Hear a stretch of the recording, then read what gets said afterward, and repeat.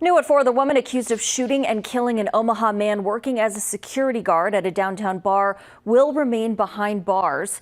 Kaloni Jones appeared in court just this morning. Judge ordered Jones to remain in jail with no bond. According to court documents, she has no prior convictions. Jones is accused of shooting Gom Gout, a man who was working security, and broke up a fight outside the bar early Sunday morning.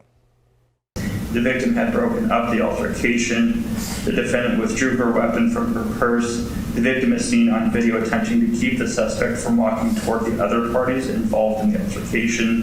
The defendant is seen firing one round through his chest, causing him to die. Jones was then found walking near 24th and Dodge with another woman and was arrested. Jones reportedly had a handgun in her purse. She faces a minimum of 20 years in prison and a maximum of life in prison if convicted of the murder charge.